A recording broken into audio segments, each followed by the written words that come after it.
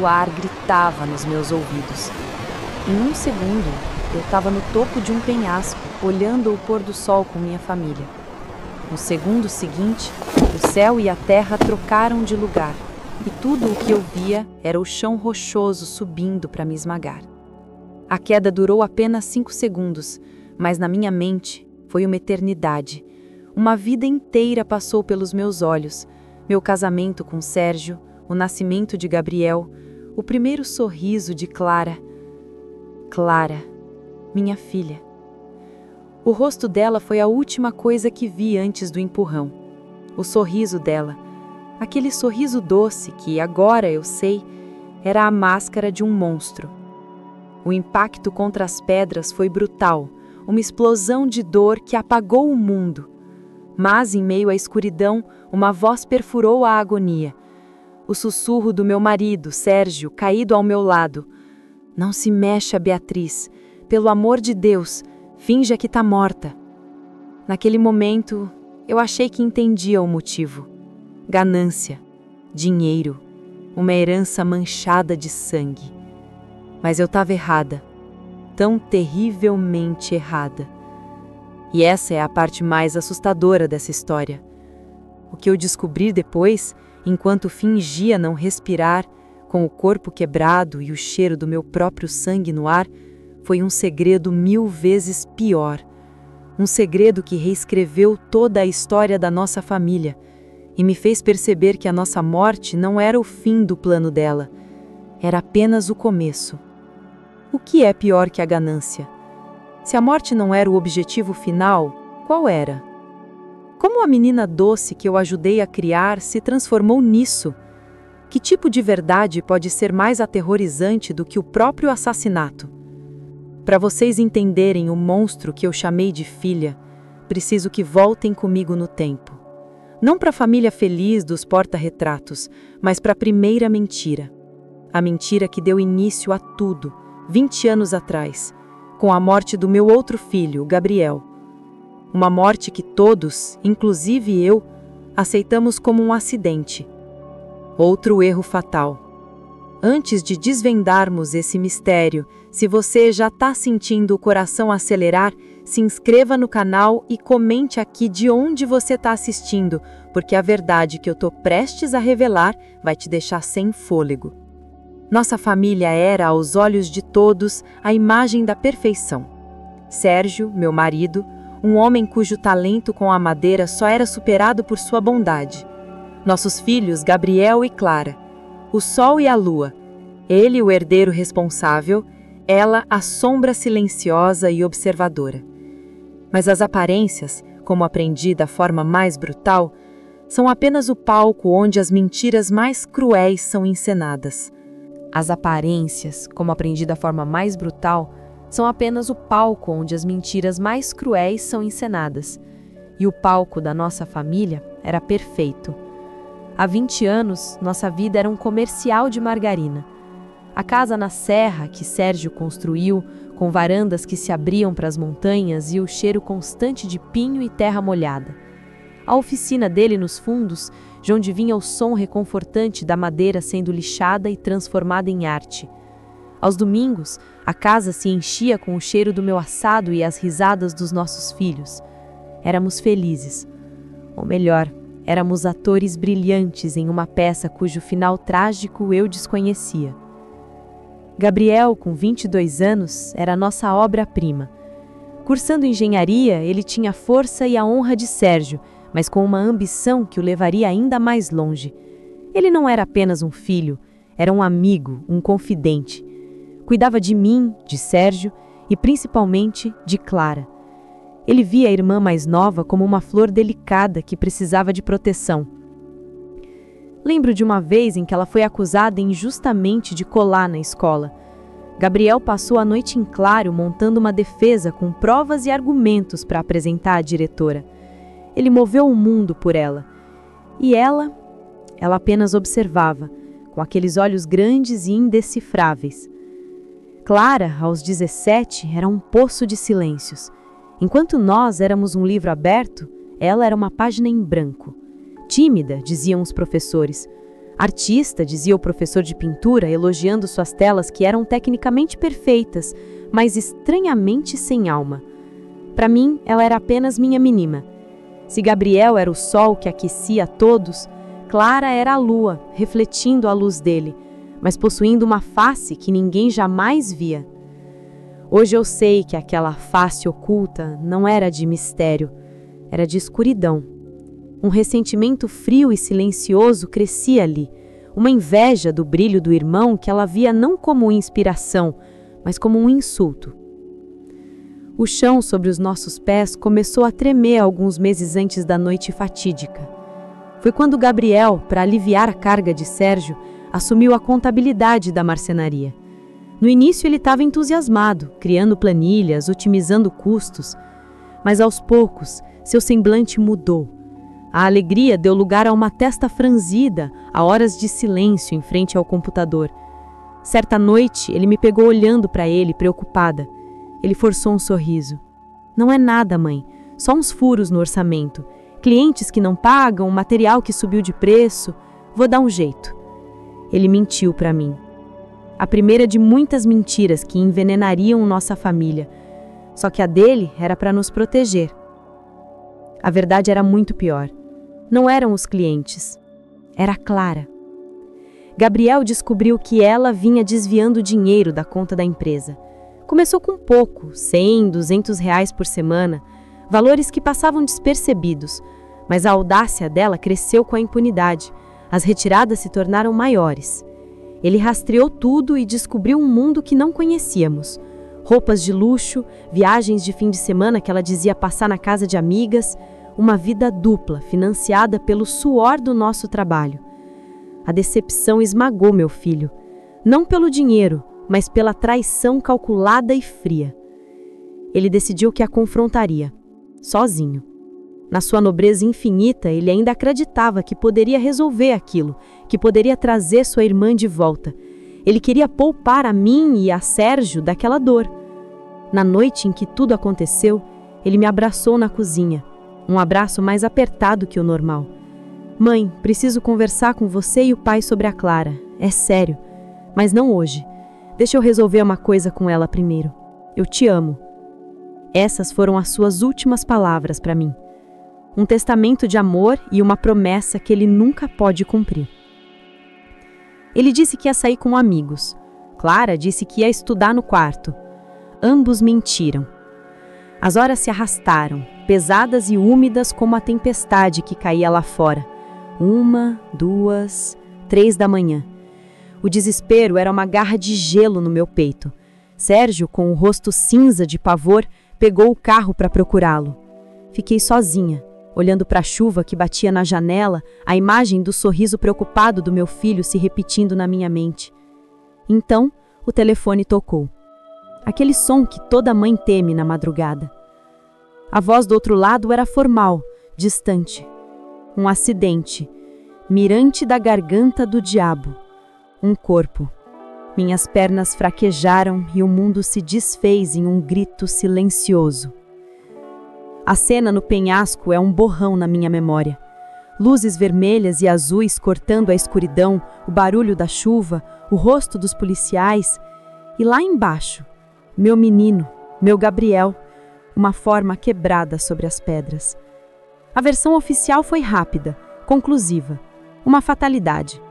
A rocha estava escorregada, ele deve ter se aproximado demais da borda e caiu. Simples, trágico, acidental. Eu acreditei. Naquele momento, a dor era tão avassaladora que não havia espaço para dúvidas. Eu só queria meu filho de volta.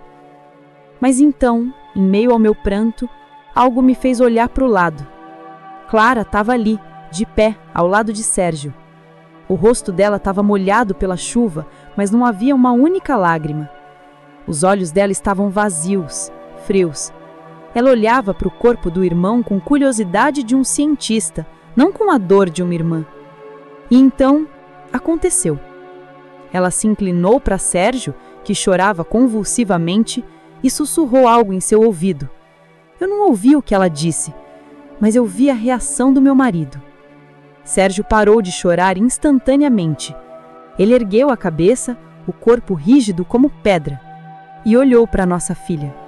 O amor, a dor, tudo sumiu de seus olhos. No lugar, havia apenas uma coisa: terror. Puro e absoluto terror. Ele não estava olhando para a filha dele, ele estava olhando para o assassino do nosso filho. Então, terror. Essa é a única palavra. No caminho de volta do penhasco, dentro da viatura policial, eu não sentia apenas a dor da perda. Eu sentia o terror que emanava do meu marido. Sérgio sentou-se ao meu lado, mas era como se estivesse a quilômetros de distância, perdido em um abismo que eu não podia alcançar. Ele olhava fixamente para frente, as mãos cerradas com tanta força que os nós dos dedos estavam brancos. Clara estava no banco da frente, quieta. De vez em quando eu via seus olhos me espiarem pelo retrovisor. Não havia luto neles, havia vigilância. Ela não estava de luto pelo irmão, estava monitorando a reação do pai. Tentei falar com Sérgio. Sussurrei seu nome, toquei seu braço, mas ele se encolheu, como se meu toque o queimasse. Sérgio, o que ela te disse? Implorei, a voz embargada. Ele apenas balançou a cabeça, um movimento quase imperceptível, e seus olhos me suplicaram, um pedido mudo, desesperado. Não fale. Não aqui. E eu entendi. Estávamos presos em uma caixa de metal com um monstro. O funeral de Gabriel foi o maior teatro da minha vida. A igreja estava lotada, amigos, familiares, todos chorando a perda de um jovem tão cheio de vida. Eu estava dopada de calmantes, flutuando num mar de dor. Sérgio era uma estátua de gelo, recebendo os pêsames com um olhar vazio. E Clara? Clara foi a estrela do espetáculo. Ela subiu ao altar para ler uma homenagem. Com lágrimas perfeitamente cronometradas, ela falou sobre o irmão herói, o protetor, a luz que se apagou cedo demais. A congregação soluçava, as pessoas a abraçavam, dizendo como ela era forte, como era admirável.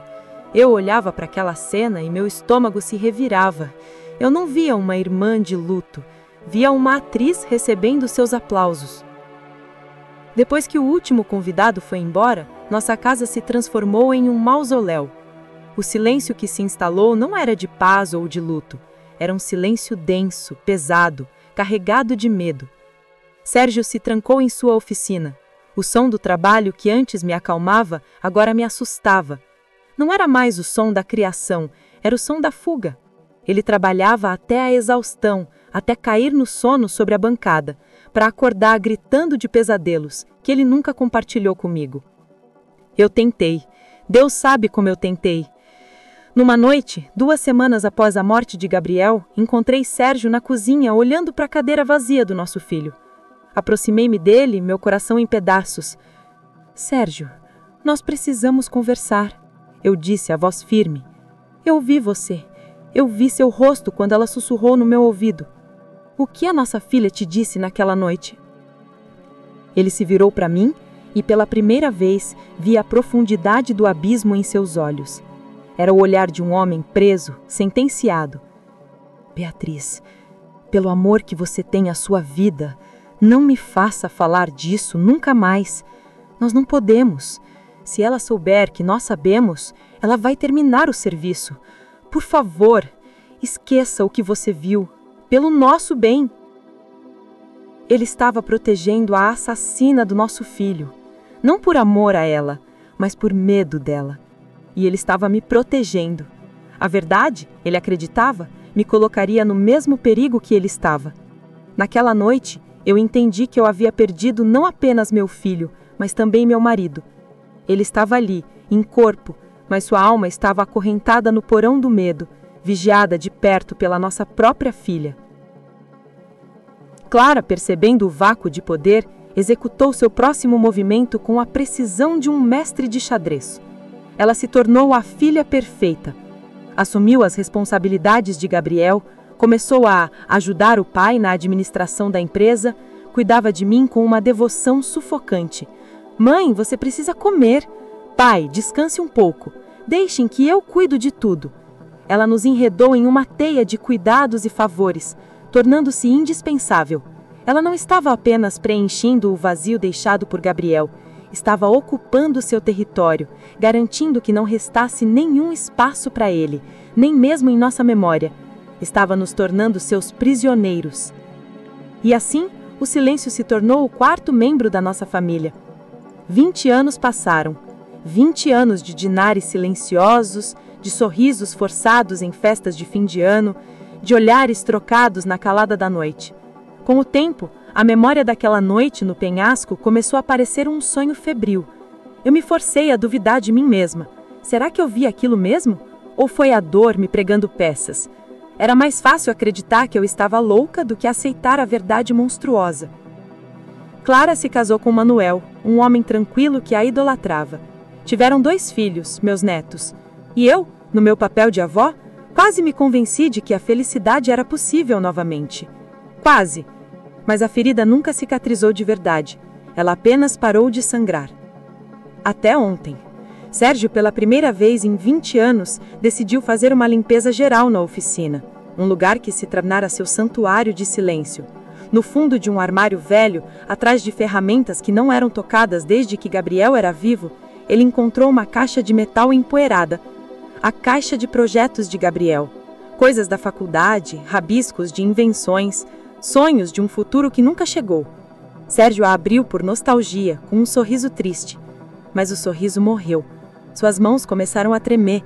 Ele deixou a caixa cair no chão, espalhando seu conteúdo. E então, ele me ligou. A voz dele no telefone não era do homem derrotado com que eu vivi por 2 décadas. Era a voz do meu Sérgio, aterrorizado, daquela noite no penhasco. Beatriz, vem aqui, rápido. É sobre o Gabriel. Eu acho que ele deixou uma prova. Corri para a oficina como se minha vida dependesse disso. E talvez dependesse. Encontrei Sérgio agachado no chão, pálido, rodeado pelos destroços da infância de Gabriel. Desenhos, pequenos projetos de madeira, cadernos da escola. E no centro de tudo, um pequeno caderno de anotações de capa preta e um pendrive prateado. Sérgio não conseguia falar, apenas apontava para os objetos com a mão trêmula. Peguei o caderno. As páginas estavam cheias da caligrafia organizada de Gabriel, mas não eram palavras. Eram sequências de números, símbolos, o que parecia ser uma linguagem codificada. Meu filho, meu engenheiro brilhante, ele não escreveu um diário, ele criou uma criptografia. E o pendrive estava escondido.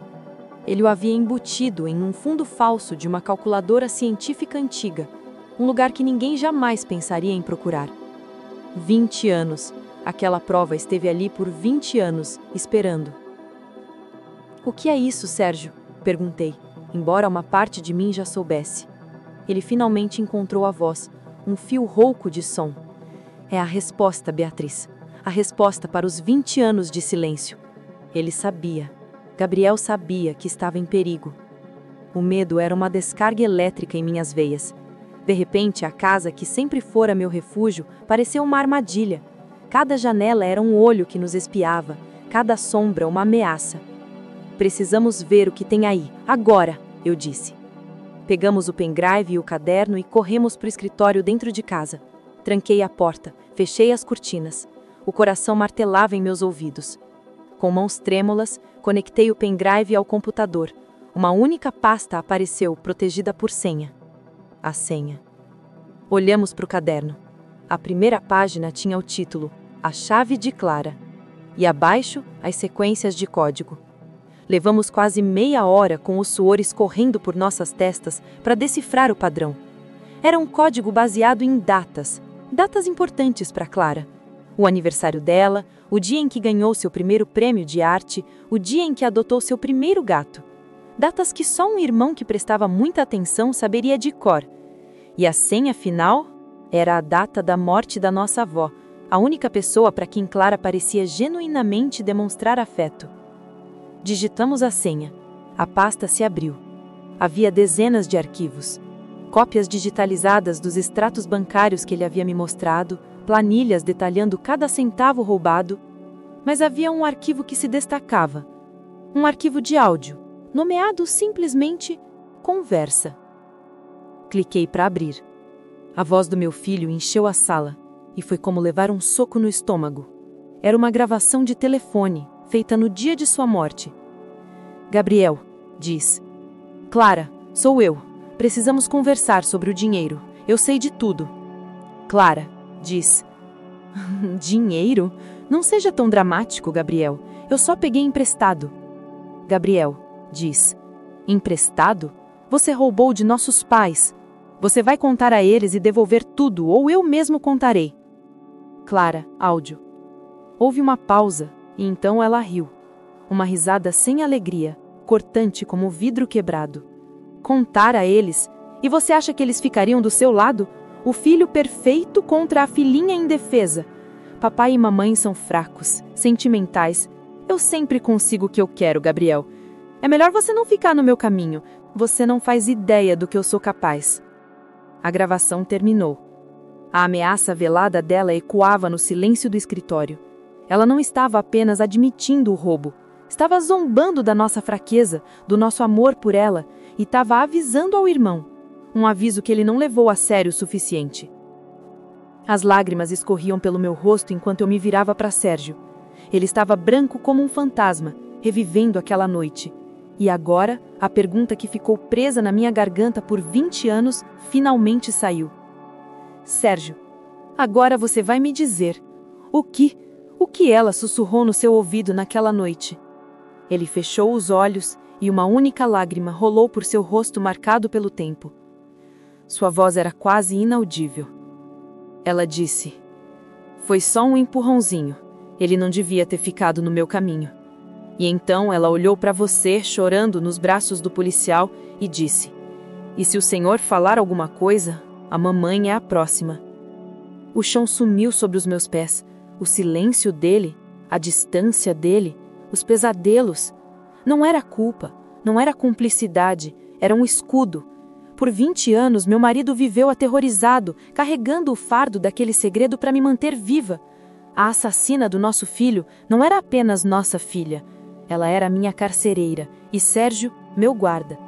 A prova estava ali, em áudio. A confissão do motivo estava ali, na memória do meu marido. Tínhamos a verdade. Mas o que fazer com ela? Ir à polícia? Com uma gravação de 20 anos e a palavra de um velho aterrorizado? Clara era agora uma empresária respeitada, mãe de família. Ela nos destruiria. Nos chamaria de loucos, senis, inventando histórias para roubar seu dinheiro. A ameaça dela ainda era real. Talvez mais real do que nunca. Ficamos ali, paralisados pela verdade, prisioneiros em nossa própria casa. O que fazer? Para onde correr? E então ouvimos um som que gelou nosso sangue. O som de pneus na entrada de cascalho da nossa casa. Olhamos pela fresta da cortina. Um carro familiar. Clara. Ela não deveria vir hoje. Antes que pudéssemos esconder a caixa, a campainha tocou. Tropeçamos para fora do escritório, tentando compor nossos rostos em máscaras de normalidade. Sérgio abriu a porta. Ela estava ali. Clara. Bela, sorridente, segurando uma torta de limão. A minha preferida. Oi, papai. Oi, mamãe. Resolvi fazer uma visita surpresa. Ela disse, entrando e nos dando um beijo gelado em cada um. Seus olhos, no entanto, não sorriam. Eles passaram de mim para Sérgio, analisando, medindo. Que caras são essas? Parece que viram um fantasma? Ela colocou a torta na mesa da cozinha e se virou, o sorriso desaparecendo lentamente de seu rosto. Espero que não se importem, mas eu vou ter que ficar para o jantar. Precisamos conversar sobre o testamento. O testamento. A palavra pairou no ar da cozinha, fria e pesada como uma lápide. Olhei para Sérgio. O pouco de cor que havia voltado ao seu rosto desapareceu. Ele parecia um homem que acabara de ouvir sua sentença de morte. Clara nos observava, aquele sorriso polido fixo nos lábios, mas seus olhos eram como os de uma serpente, medindo nossa reação, procurando qualquer sinal de fraqueza. Ela sabia. De alguma forma, ela sentia que o equilíbrio de poder de 20 anos havia mudado. Ela não veio fazer uma visita, veio para reafirmar seu controle. O jantar foi a refeição mais longa da minha vida. Cada garfada era um esforço monumental. O silêncio era quebrado apenas pelo som dos talheres contra os pratos. Clara comia com um apetite saudável, enquanto eu e Sérgio apenas empurrávamos a comida de um lado para o outro. Finalmente, ela limpou a boca com o guardanapo, um gesto delicado e final, e começou o ataque. Mãe, pai, disse ela, o tom de voz era pura seda envenenada. Eu estive pensando muito em vocês ultimamente, vocês não estão ficando mais jovens. Ela olhou ao redor da nossa casa, a casa que Sérgio construiu, com um olhar que não era de nostalgia, mas de avaliação. Esta casa é muito grande, as escadas, a manutenção e as finanças. Vocês precisam de alguém para ajudar a gerir tudo isso, alguém de confiança. Manuel, seu marido, que até então parecia um acessório silencioso, interveio com a deixa perfeita. O que a Clara quer dizer, Beatriz, é que nós amamos vocês. Queremos garantir que vocês estejam seguros e cuidados na velhice. A palavra cuidados soou como uma ameaça. Eu conversei com um advogado, continuou Clara, jogando sua carta mais forte na mesa. Ele sugeriu que, para simplificar tudo, vocês me deem uma procuração total sobre seus bens. Assim eu posso tomar as melhores decisões por vocês, sem toda a burocracia. É apenas uma precaução, claro. Uma precaução. A mesma precaução que um predador toma ao encurralar sua presa. Ela não queria nosso dinheiro depois que morrêssemos. Ela o queria agora. O pendrive com a gravação de Gabriel parecia queimar no meu bolso. A verdade estava ali, a um clique de distância. Mas revelá-la seria como detonar uma bomba, levando nós todos junto. Sérgio, que eu pensei que se quebraria, encontrou uma força que eu não via há 20 anos. A força do desespero. Ele forçou uma risada. Filha, que pressa é essa? Eu ainda sei cuidar do meu próprio dinheiro e a sua mãe é mais forte que nós dois juntos. Vi um brilho de irritação nos olhos de Clara. Ela não esperava resistência. Ela esperava os mesmos pais dóceis e assustados que ela manipulou por 2 décadas. Ela percebeu que precisaria de uma nova estratégia. Uma estratégia mais definitiva. Ela se levantou e veio até mim, colocando as mãos nos meus ombros, uma carícia que me deu arrepios. Seu rosto se suavizou. A máscara da filha amorosa voltou ao lugar. Eu entendo, fui muito direta, ela disse, a voz cheia de um falso arrependimento. A verdade é que sinto que estamos nos distanciando. Sinto falta da nossa família. Sinto falta do que éramos antes do Gabriel. A menção ao nome dele foi como uma facada.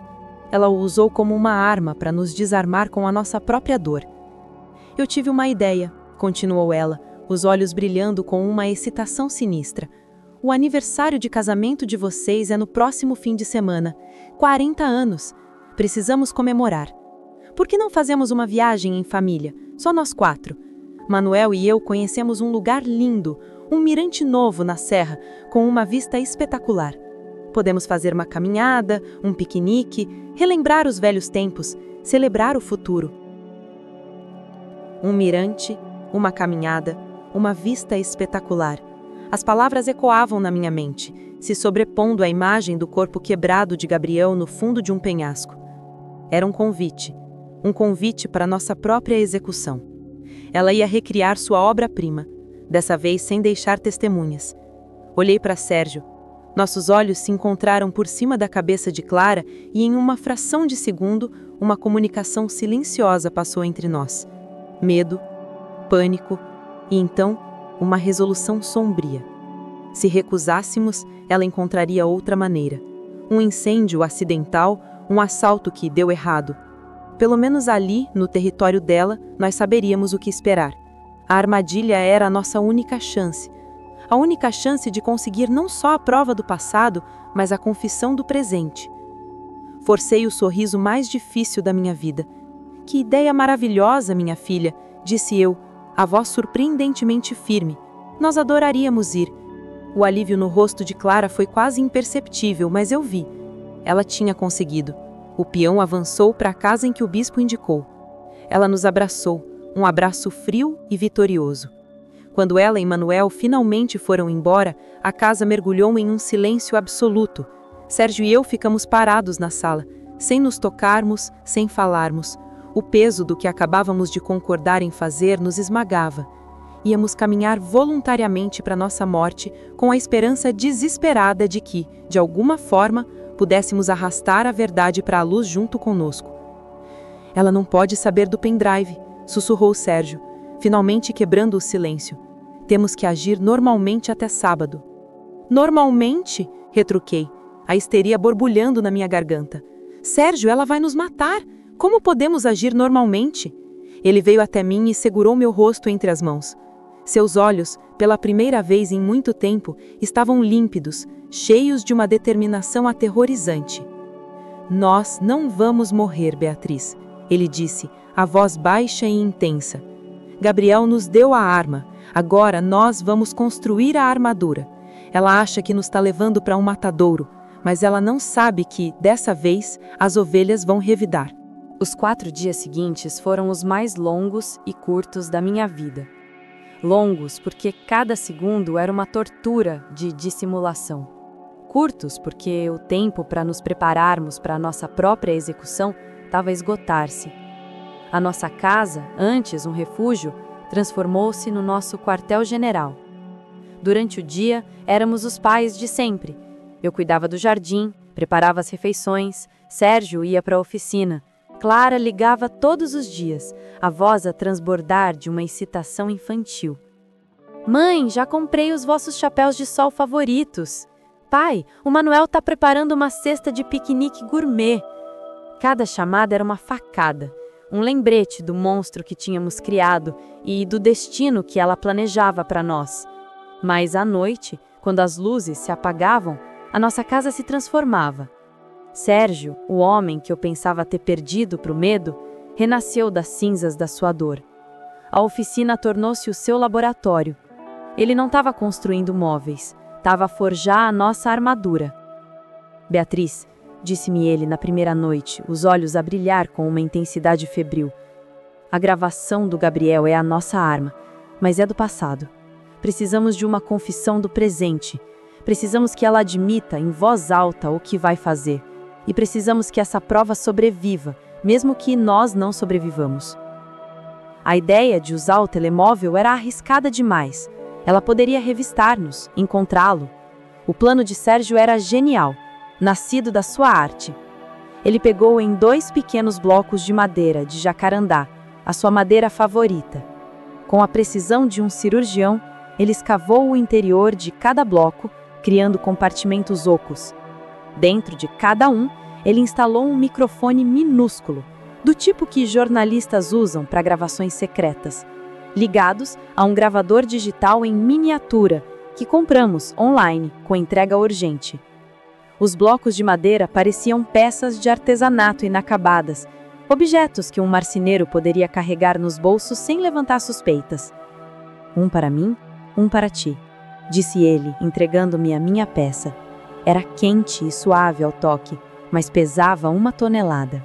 Era o peso da nossa única esperança. Vamos mantê-los nos bolsos. Os microfones são ativados por voz. Vão gravar tudo a partir do momento em que sairmos de casa. Enquanto Sérgio construía a nossa salvação técnica, eu cuidava da parte humana. Na quinta-feira, fui ao banco. Disse à gerente, uma senhora que me conhecia há 30 anos, que eu e Sérgio íamos fazer uma viagem surpresa para comemorar o nosso aniversário. Com um sorriso trêmulo, pedi para aceder ao nosso cofre. Lá dentro, depositei o pendrive de Gabriel e uma carta. Uma carta lacrada, endereçada à minha irmã, com instruções para só a abrir caso não tivéssemos voltado até segunda-feira. Na carta, eu contei tudo. A morte de Gabriel, a gravação, o roubo, o medo de 20 anos e o convite de Clara para a serra. Se morrêssemos, a verdade não morreria conosco. Na sexta-feira à noite, a nossa última noite, não conseguimos comer. Sentamos na mesa da cozinha, a mesma mesa onde Gabriel fez os seus trabalhos de casa, e olhamos um para o outro. O medo era uma presença física na sala. E se não funcionar, Sérgio? Sussurrei. E se ela for mais esperta? Ele estendeu a mão sobre a mesa e segurou a minha. A sua mão estava calejada e forte. Beatriz, há 20 anos eu escolhi o silêncio para te proteger. E essa escolha permitiu que um monstro crescesse debaixo do nosso teto. Eu não vou cometer o mesmo erro. Amanhã, nós não vamos lutar apenas pelas nossas vidas. Vamos lutar pela vida que o Gabriel nunca teve a chance de viver, pela verdade, custe o que custar. Naquela noite, não dormimos. Ficamos abraçados na cama, a ouvir a respiração um do outro, a memorizar o toque, o cheiro, cada detalhe. Era uma despedida silenciosa e, ao mesmo tempo, um juro. Sábado de manhã amanheceu com um sol radiante, uma crueldade da natureza que zombava do nosso destino. Às 9 horas em ponto, o carro de Clara parou à porta. Ela e Manuel saíram, a personificação da felicidade. Clara usava um vestido de verão florido. Manuel carregava uma cesta de piquenique e uma mochila de caminhada. "Bom dia, pombinhos! Prontos para a aventura?" gritou Clara, a voz alegre a ecoar por o que parecia ser o nosso túmulo. Sérgio e eu saímos de casa, os blocos de madeira pesados nos nossos bolsos.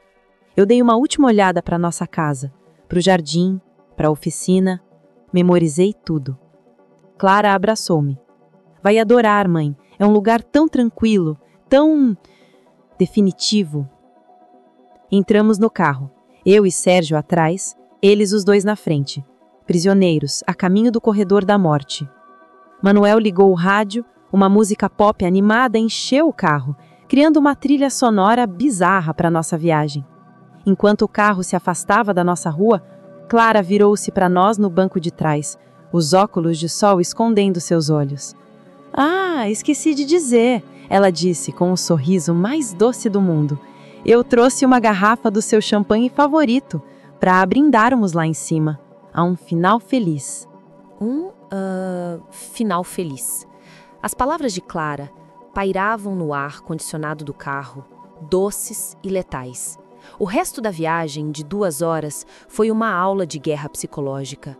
Manuel colocou uma playlist de músicas pop dos anos 80, as nossas favoritas, e cantava junto, batendo os dedos no volante.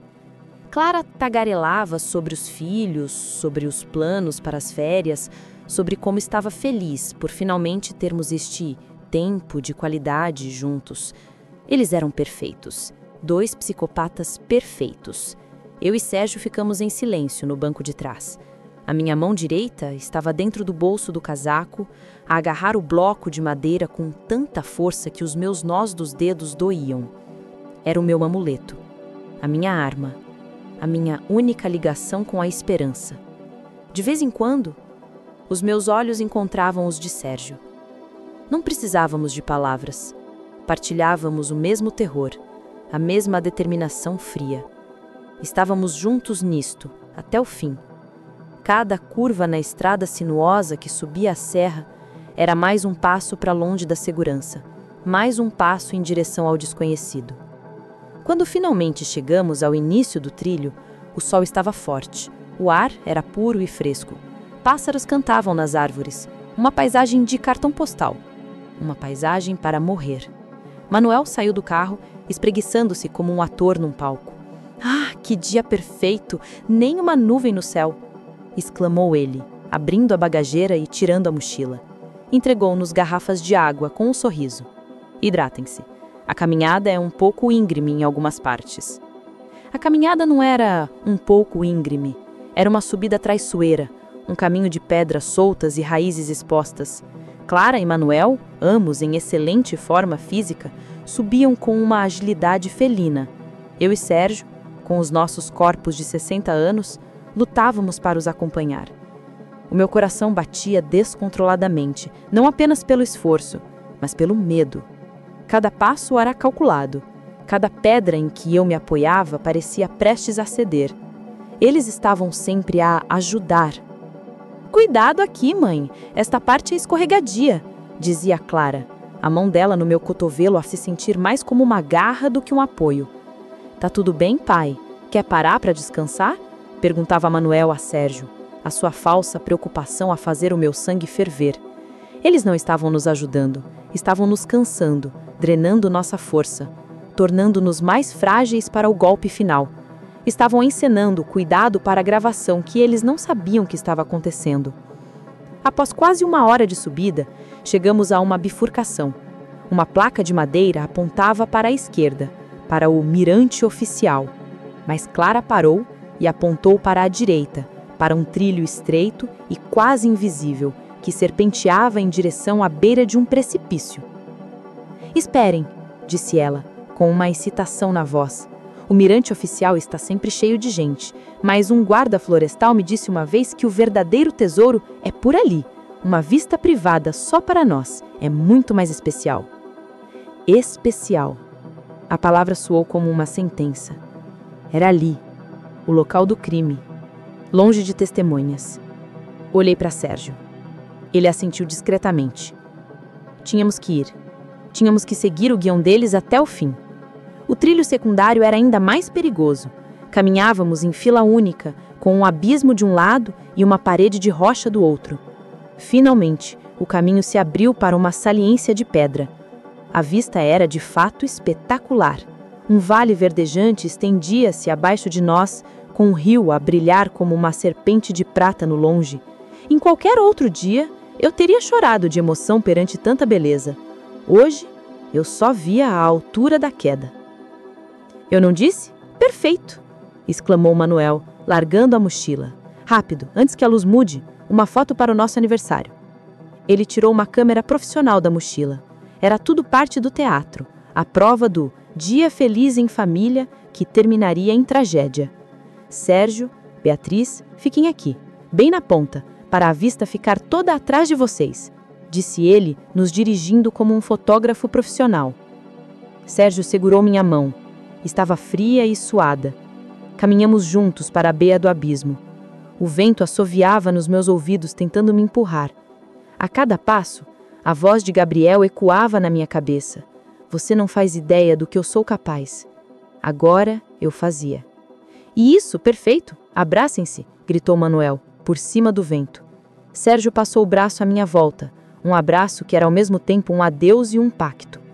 Clara posicionou-se estrategicamente atrás de nós, fora do enquadre, para não estragar a foto do casal. Senti a presença dela nas minhas costas, uma sombra fria. Manuel levantou a câmera ao olho, o som do obturador disparar no silêncio tenso. Clique, clique, clique. 3 fotos da nossa morte iminente. Então ele baixou a câmera.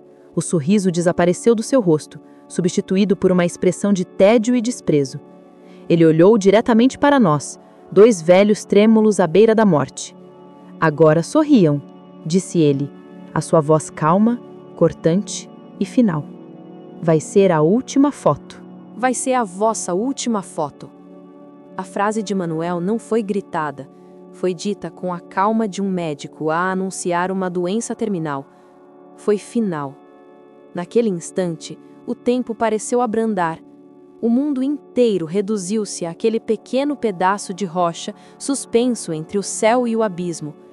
Vi o sorriso de desprezo no rosto de Manuel, a forma como ele baixou a câmera, o trabalho feito, e atrás de mim senti o ar a deslocar-se.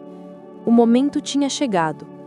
Clara moveu-se, não com a raiva de uma filha traída, mas com a eficiência fria de uma executora a cumprir uma tarefa. Senti as mãos dela nas minhas costas e nas de Sérgio, mãos que eu tinha segurado quando ela era bebê, mãos que eu tinha ensinado a desenhar. Agora eram as ferramentas da nossa destruição. O empurrão não foi violento, foi deliberado. Um movimento firme, calculado para nos desequilibrar, para nos entregar à gravidade. Os meus pés perderam o contato com a rocha sólida. O meu estômago subiu até a garganta, um nó de pânico puro. O mundo inclinou-se. O vale verdejante lá embaixo deixou de ser uma paisagem e tornou-se o nosso túmulo. Gritei, um som agudo, de puro terror animal. Mas no meio do meu grito, senti algo extraordinário. Sérgio não caiu passivamente. Num último ato de um homem que já não tinha nada a perder, ele girou. Com a força de um leão encurralado, a força que vinha de 20 anos de dor e silêncio reprimidos, ele agarrou-se a Clara. A sua mão grande e calejada fechou-se à volta do braço dela como uma garra de ferro. "Se nós vamos", gritou ele, a sua voz a rasgar o vento. Uma voz que eu não ouvia há 2 décadas, cheia de fúria e justiça. "Tu vens conosco." O rosto de Clara transformou-se. O sorriso confiante desfez-se numa máscara de choque e pânico. Ela não esperava isto. No seu plano perfeito, as ovelhas iam para o abate em silêncio. Ela gritou, não de triunfo, mas de medo, ao ser arrastada para a beira do abismo conosco. Manuel, vendo seu plano a desmoronar-se, largou a câmera e atirou-se para frente para salvar a mulher. Ele agarrou a outra mão de Clara, tentando puxá-la de volta. Por um segundo horrível, ficamos os 4 ali, congelados na borda do precipício. Um cabo de guerra macabro entre a vida e a morte. O peso combinado de mim e de Sérgio a puxar para o vazio. O pânico de Manuel a tentar resistir. Senti as unhas de Clara a se cravarem no braço do meu marido, tentando libertar-se. Vi o terror puro nos olhos de Manuel ao perceber que a força da queda era maior do que a força dele. A rocha sobre os seus pés começou a desfazer-se. E então, caímos, todos juntos. A queda foi um vórtice de gritos, vento e confusão. Estávamos entrelaçados num abraço mortal. O vestido florido de Clara a esvoaçar como as asas de um anjo caído, o rosto de Manuel contorcido em descrença.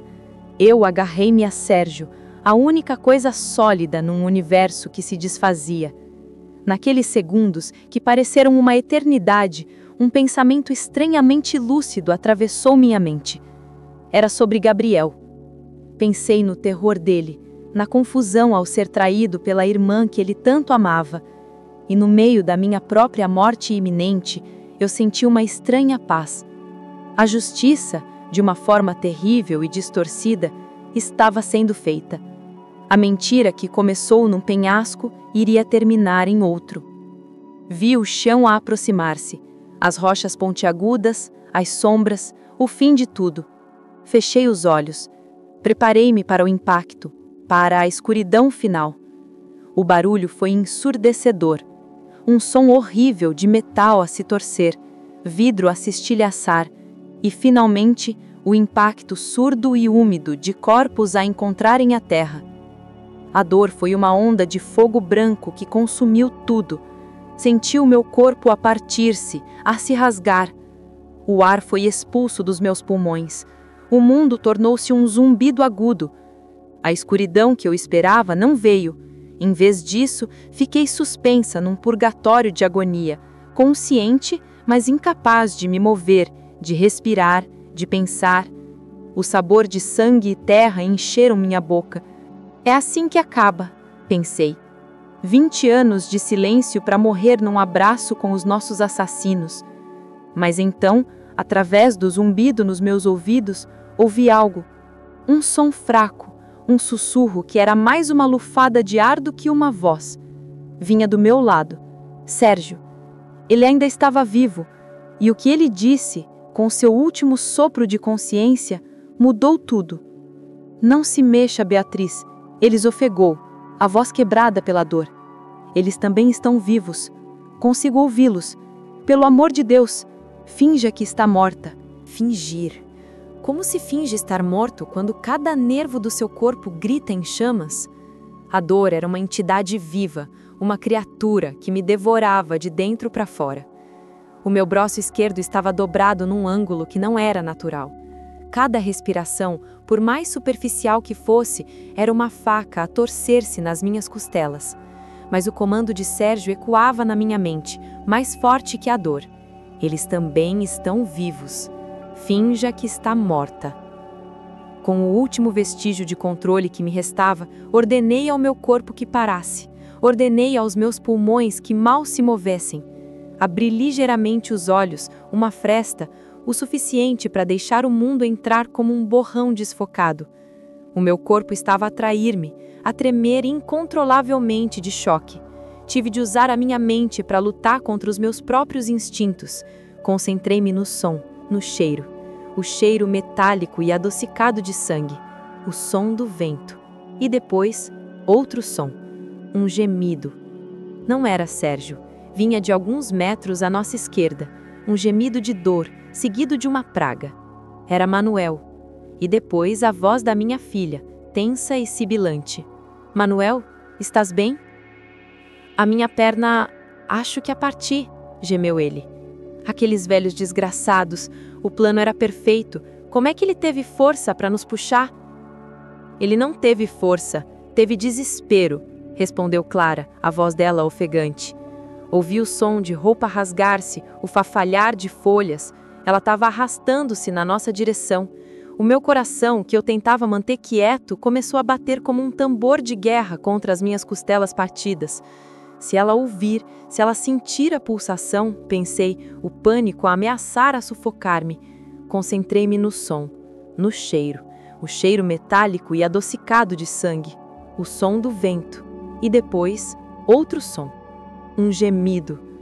Não era Sérgio, vinha de alguns metros à nossa esquerda, um gemido de dor, seguido de uma praga. Era Manuel, e depois a voz da minha filha, tensa e sibilante. Manuel, estás bem? A minha perna, acho que a parti, gemeu ele. Aqueles velhos desgraçados, o plano era perfeito. Como é que ele teve força para nos puxar? Ele não teve força, teve desespero, respondeu Clara, a voz dela ofegante. Ouvi o som de roupa rasgar-se, o farfalhar de folhas. Ela estava arrastando-se na nossa direção. O meu coração, que eu tentava manter quieto, começou a bater como um tambor de guerra contra as minhas costelas partidas. Se ela ouvir, se ela sentir a pulsação, pensei, o pânico a ameaçar a sufocar-me. Concentrei-me no som, o cheiro metálico e adocicado de sangue, o som do vento. E depois, outro som, um gemido. Não era Sérgio, vinha de alguns metros à nossa esquerda, um gemido de dor, seguido de uma praga. Era Manuel. E depois a voz da minha filha, tensa e sibilante. Manuel, estás bem? A minha perna, acho que a parti, gemeu ele. Aqueles velhos desgraçados, o plano era perfeito. Como é que ele teve força para nos puxar? Ele não teve força, teve desespero, respondeu Clara, a voz dela ofegante e cheia de raiva. Olha para nós, Manuel, estamos destroçados. Isto era para ser limpo, um acidente trágico. Agora somos sobreviventes milagrosos. A polícia vai fazer mais perguntas. Não importa, disse Manuel, a voz dele tentando ser apaziguadora. A história continua sendo a mesma, e há uma história ainda melhor. Nós somos os heróis que tentaram salvar os pais dela e quase morremos no processo. Vamos ter a simpatia de toda a gente. Temos que decorá-la, disse Clara, a mente dela calculista já a trabalhar. Estávamos tirando fotos. Uma pedra soltou-se sobre os pés do pai. Ele tropeçou, agarrou-se na mãe e puxou-a com ele. Nós nos atiramos para salvá-los, mas a força deles arrastou a todos nós. Entendido? Entendido. Pobre de nós, perder a família assim, que tragédia. A ironia na voz dele fez o meu sangue gelar ainda mais. E o dinheiro, continuou Clara, com o testamento como está, a procuração que eles iam assinar, agora com a morte deles, sou a única herdeira. Finalmente. Acabou. 20 anos, Manuel. 20 anos esperando, desde que o Gabriel tentou estragar tudo. Pelo menos dessa vez, não há pontas soltas. Aí estava, a confissão. A ligação direta entre a morte de Gabriel e a nossa. A prova de que o primeiro assassinato foi apenas o ensaio para o segundo.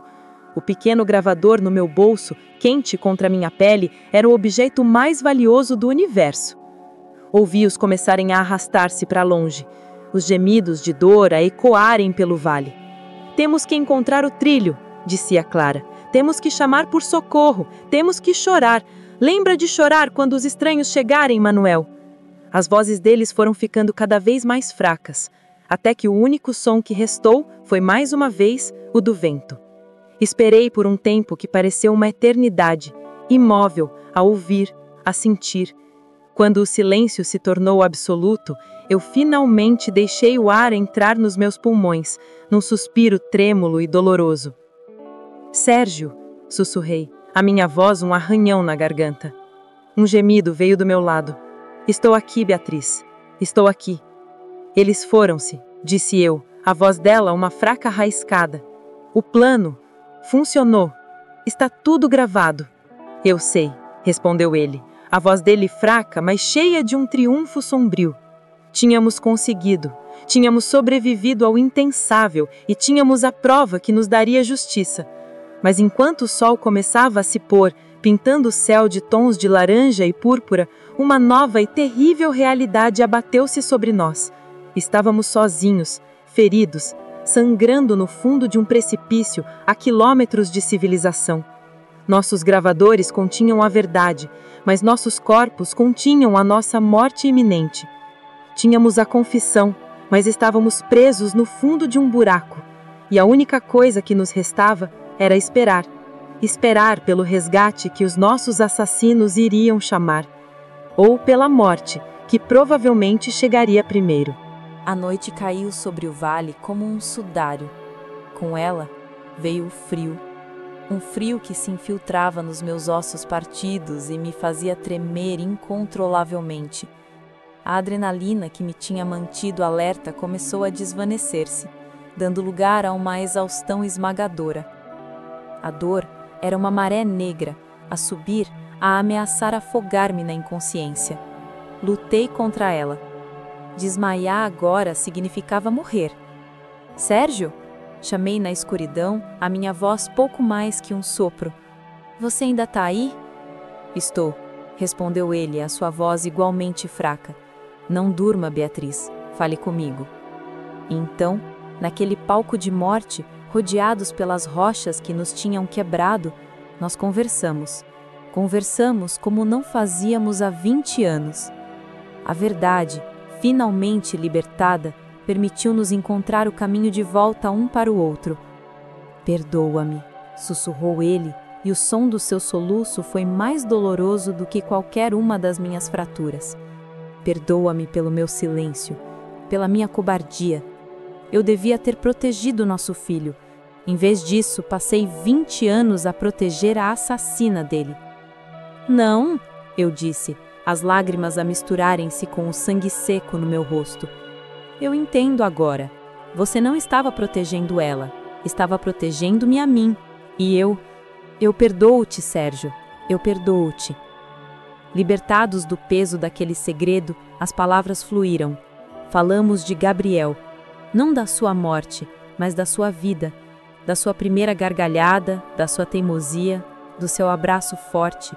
Choramos juntos não apenas pela sua perda, mas pela família que fomos e que nos foi roubada. Naquela escuridão fria, à beira da morte, reencontramo-nos. E eu fiz-lhe uma promessa. Nós vamos sair daqui, Sérgio, e vamos contar a história dele. O mundo vai saber quem era o nosso filho e o que ela fez. Foi então que ouvimos. Primeiro, um som distante, um zumbido baixo que se tornou gradualmente mais alto. Um helicóptero. Eles tinham conseguido. Os nossos assassinos tinham chamado o resgate. A esperança era uma onda de calor que me percorreu, mas logo a seguir veio o gelo do medo. A performance ainda não tinha acabado. Eles estão a chegar, disse Sérgio. Lembre-se do plano, Beatriz. Quase mortos, inconscientes. Fechei os olhos e me concentrei em abrandar a minha respiração. Pouco depois, o vale encheu-se de luzes e vozes. Faixos de lanternas dançavam sobre as rochas. Ouvi homens a gritar termos técnicos, o som de cordas e equipamento metálico. O resgate tinha chegado. Senti mãos a tocar-me, a cortarem cuidadosamente as minhas roupas, a verificarem os meus sinais vitais. Temos pulso, fraco mas estável, gritou um dos socorristas. A mulher está em estado mais grave, traumatismo craniano e múltiplas fraturas. Precisamos de atirar daqui agora. Enquanto me prendiam a uma maca, a dor era excruciante, mas eu não emiti um único som. E então, ouvi a voz dela, a voz de Clara, vinda do topo do penhasco, perfeitamente ensaiada, cheia de pânico e dor. Eles estão vivos! Oh, meu Deus! Por favor, salvem os meus pais! Eu juro que tentei segurá-los. A pedra cedeu, foi tudo tão rápido. A raiva me deu força. A audácia da mentira dela, a capacidade de chorar lágrimas de crocodilo enquanto seus pais estavam destroçados por culpa dela. Ela era um monstro e eu ia expô-la. A subida na maca foi um borrão de luzes e dor. No helicóptero, o barulho era ensurdecedor. Paramédicos trabalhavam em mim e em Sérgio. Agulhas a perfurarem minha pele, uma máscara de oxigênio a ser colocada no meu rosto. Durante todo o tempo, minha mão direita permaneceu fechada dentro do que restava do meu pote, protegendo o pequeno bloco de madeira que continha a nossa vingança. A chegada ao hospital foi um caos. Portas abriram, médicos e enfermeiros gritavam ordens. Fomos levados em macas a correr por corredores brancos e brilhantes. Perdi vista de Sérgio. Estava sozinha. Foi levada para uma sala de emergência, onde uma equipe me rodeou. Trauma múltiplo, perda de consciência no local, sinais vitais instáveis, gritava uma médica. Começaram a avaliar-me, a cortar os últimos restos das minhas roupas para expor os meus ferimentos. Eu continuava a minha performance, o meu corpo inerte, a minha respiração superficial, mas o meu cérebro estava a mil. O gravador, eles vão encontrá-lo. Vão pensar que é um pedaço de lixo, um detrito da queda e deitá-lo fora. Eu preciso fazer alguma coisa. E então aconteceu. Uma enfermeira, ao apalpar o meu lado direito para verificar se havia costelas partidas, sentiu o objeto duro no meu pote. "Esperem", disse ela. "O que é isso?" Ela enfiou a mão e retirou o pequeno bloco de madeira de jacarandá sujo de terra e sangue. Ela segurou-o na palma da mão, olhando para ele com uma expressão de pura confusão. "Parece um pedaço de madeira. Estranho." O pânico explodiu dentro de mim. Ela ia deitá-lo fora. Anos de planejamento, a vida do meu filho, a nossa única prova, tudo ia desaparecer numa lixa de hospital mudento. Eu não podia falar, não podia me mover. Tinha que fazer alguma coisa. Com toda a força de vontade que me restava, concentrei-me. A médica estava apontando uma pequena lanterna para os meus olhos, verificando minhas pupilas. A enfermeira confusa ainda segurava o bloco de madeira. No exato momento em que a luz da médica passou pelo meu rosto, eu fiz a única coisa que podia. Abri meus olhos, apenas por uma fração de segundo, e não olhei para a médica. Olhei diretamente para a enfermeira. Um olhar desesperado, suplicante, tentando gritar sem som. Isso é importante. Salve isso." A enfermeira afegou, surpreendida. Os nossos olhos se encontraram por um instante elétrico. Eu fechei os meus de novo, o meu coração a disparar. Ela viu? Ela entendeu? Ou pensou que era apenas um reflexo involuntário de um brado traumatizado? A jogada de Clara com o colar foi genial e perversa. Ela estava envenenando o poço, a criar uma narrativa de desonestidade à nossa volta antes mesmo de a nossa verdade poder ser ouvida. O meu coração afundou. Estaríamos nós tão perto apenas para sermos derrotados por uma última mentira? Mas ela não contava com uma coisa. Não contava com a coragem de uma estranha. A enfermeira Lúcia, vendo a polícia na sala, agiu com uma rapidez de pensamento que me salvou. "Senhora agente, doutora", disse ela, a sua voz calma, mas autoritária. "Esta paciente está em estado crítico. Qualquer estresse pode ser fatal. Assuntos administrativos, como pertences perdidos, podem ser tratados na recepção. A minha prioridade é a vida dela." Ela praticamente expulsou-os da sala, deixando Clara sem escolha a não ser segui-los. O seu rosto uma máscara de frustração por trás da falsa preocupação. Assim que a porta se fechou, Lúcia virou-se para mim. "O seu tempo está a esgotar-se. O detetive em quem confio chama-se Inspetor Moraes. Ele está a caminho. Aguente firme." E eu aguentei. As horas seguintes foram uma névoa de dor e esperança. Noutra ala do hospital, Sérgio, finalmente consciente e seguro, contava a sua história pela primeira vez em 20 anos. Ele falou da gravação de Gabriel, do sussurro no penhasco, da ameaça contra a minha vida. Ele contou tudo. Quando o inspetor Moraes chegou, ele não era como os outros polícias. Os seus olhos eram inteligentes, pacientes. Ele ouviu Lúcia, pegou nos 2 blocos de madeira como se fossem artefatos sagrados e saiu. A confrontação aconteceu na sala de espera do hospital, o palco perfeito para o ato final do teatro de Clara. Eu não vi, mas contaram-me tudo. Moraes aproximou-se deles, que estavam recebendo a simpatia de outros visitantes. Ele começou por lhes pedir para recontarem a história do acidente. Eles recitaram a mentira ensaiada, as lágrimas de Clara a caírem na hora certa. Quando terminaram, o inspetor não disse nada. Apenas tirou um pequeno leitor de áudio do bolso e apertou o play. A voz de Clara encheu o silêncio da sala de espera, vinda do nosso gravador, fria e clara. 20 anos, Manuel. 20 anos a esperar, desde que o Gabriel tentou estragar tudo. Pelo menos desta vez, não há pontas soltas. O silêncio que se seguiu foi ensurdecedor. O rosto de Clara desfigurou-se, passando da dor fingida para o choque puro e depois para o ódio. Manuel começou a gaguejar, a tentar inventar uma desculpa. Mas era tarde demais. Foi ideia dela! Gritou ele, apontando para a mulher. Ela planejou tudo, desde o Gabriel. Eu não queria. Cala a boca, seu inútil, sibilou Clara. Você estava a meu lado a cada passo. A aliança deles, forjada em ganância e sangue, desmoronou em segundos. Eles confessaram tudo, ali mesmo, um a cuspir no outro, tentando salvar a própria pele. As algemas estalaram nos pulsos deles, o som mais doce que eu já ouvi. O último olhar que Clara deu em direção ao corredor do meu quarto não era um olhar de arrependimento, era de pura fúria. A fúria de um monstro que finalmente tinha sido enjaulado. 1 ano passou. As cicatrizes no meu corpo ainda doem quando o tempo muda. O joelho de Sérgio nunca mais foi o mesmo, mas as feridas da alma, essas começaram finalmente a curar. A justiça foi feita.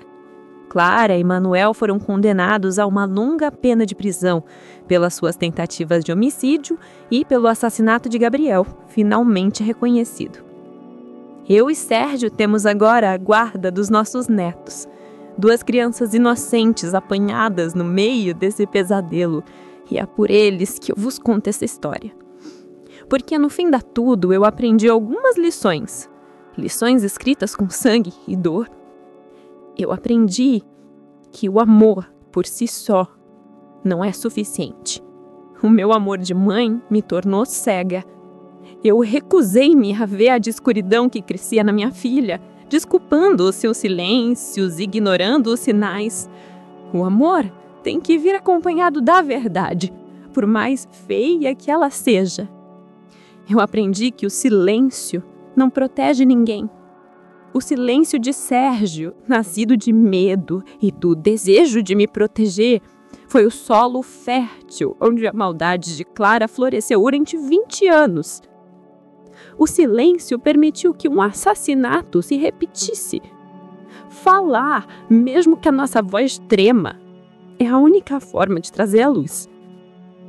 E, finalmente, eu aprendi que a força pode vir dos lugares mais inesperados.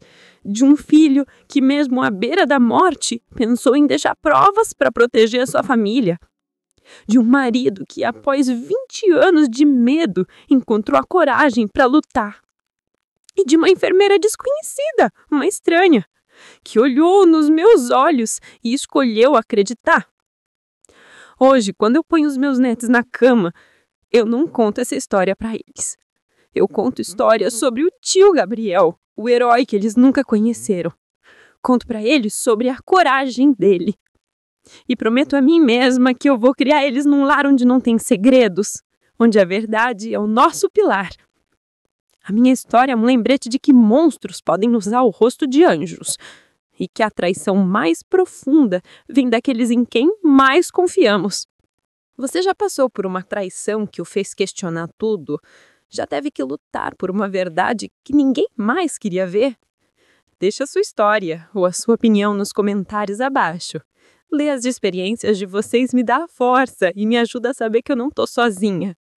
Se a minha luta pela verdade, pela memória do meu filho, o tocou de alguma forma, deixa o seu like para que essa história chegue a mais pessoas que podem estar vivendo no silêncio.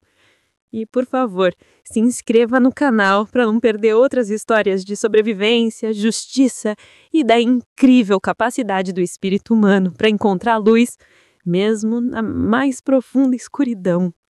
A sua força me dá força. Obrigada por me ouvirem.